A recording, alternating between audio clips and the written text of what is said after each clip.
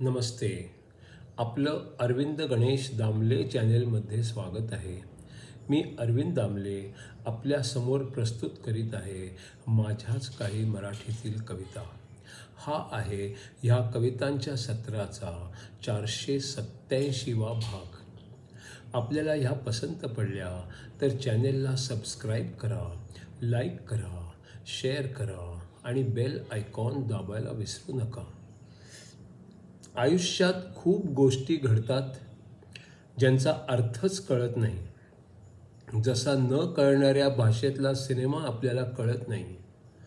मग मला देवाला विचारावंसं वाटतं, इतर भाषेतल्या सिनेमांना अनेक वेळा कळणाऱ्या भाषेत सबटायटल तरी असतात.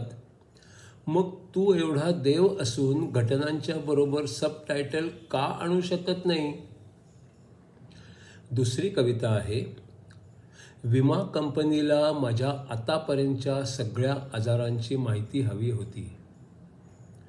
प्रेमात पडणे आणि लग्न न होणे ह्याच्या परिणामांना मनोविकारात घालायचे का हृदयविकारात घालायचे, कोणता रकाना भरायचा तेच मला कळत नव्हते.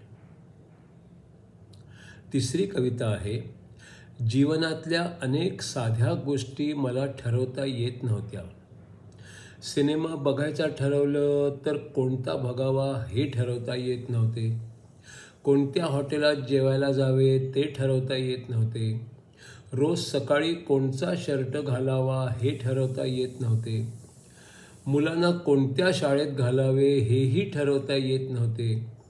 अगदी हिने चहा घेणार का कॉफी विचारल्यावर लगेच नक्की काय सांगावे ते ठरवता येत नव्हते. आता मला वाटू लागले आहे की मला खरंच ठरवता येत नव्हते की मला ठरवता येत नाही हाही माझा एक भ्रमच होता, जो मीच स्वतःला पटवून दिला होता. की तो भ्रम होता का भ्रम नव्हता हेही मला ठरवता येत नव्हते. चौथी कविता आहे. मी नुकताच जिममध्ये जायला लागलो. एक दिवस कोचला विचारलं, 3 दिवसांनी माझी प्रेयसी मला भेटणार आहे. जिममधले व्यायामाचे कोणते मशीन वापरतो हे तिला सांगितले तर तिच्यावर इम्प्रेशन पडेल. ते म्हणाले, तुला त्याची काहीच गरज नाही. तू फक्त बँकेतून तुझे पासबुक भरून आणलेस आणि ते तिला दाखवलेस तरी तिच्यावर इम्प्रेशन पडेल. पाचवी कविता आहे. विवेक चूडामणी या शंकराचार्यांच्या ग्रंथावर आधारित 33वा भाग.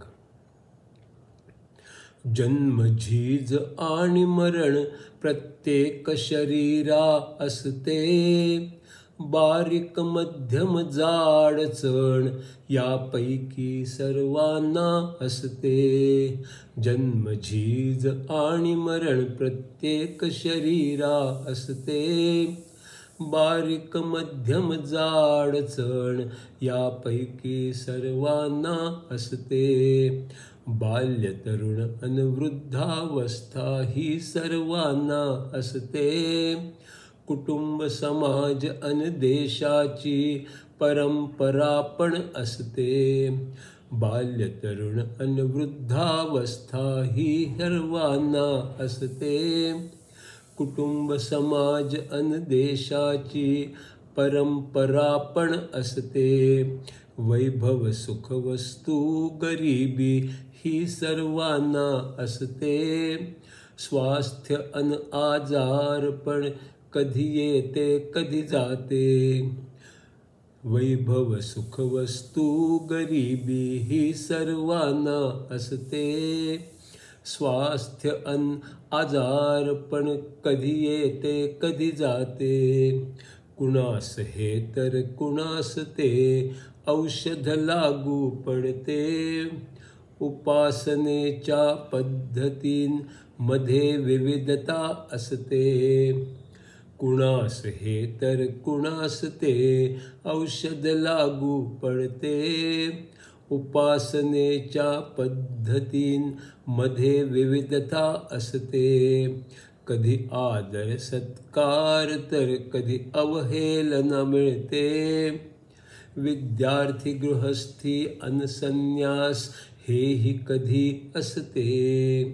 कधी आदर सत्कार तर कधी अवहेलना मिळते. विद्यार्थी गृहस्थी अनसन्यास हेही कधी असते. कान नाक जीभ डोळे अन त्वचा इंद्रिय असते. जग कसे आहे नाही हे सगळे कळते. कान नाक जीभ डोळे आणि त्वचा असते.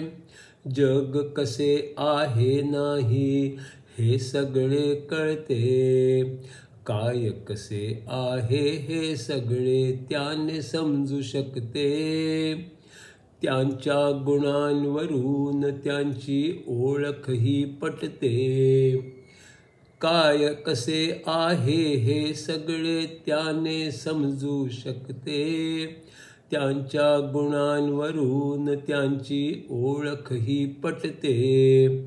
घसा हात पाय सारे कर्मेंद्रिय असतात. त्यांच्या कुवतीनुसार सारे काहीतरी करतात. घसा हात पाय सारे कर्मेंद्रिय असतात. त्यांच्या कुवतीनुसार सारे काहीतरी करतात.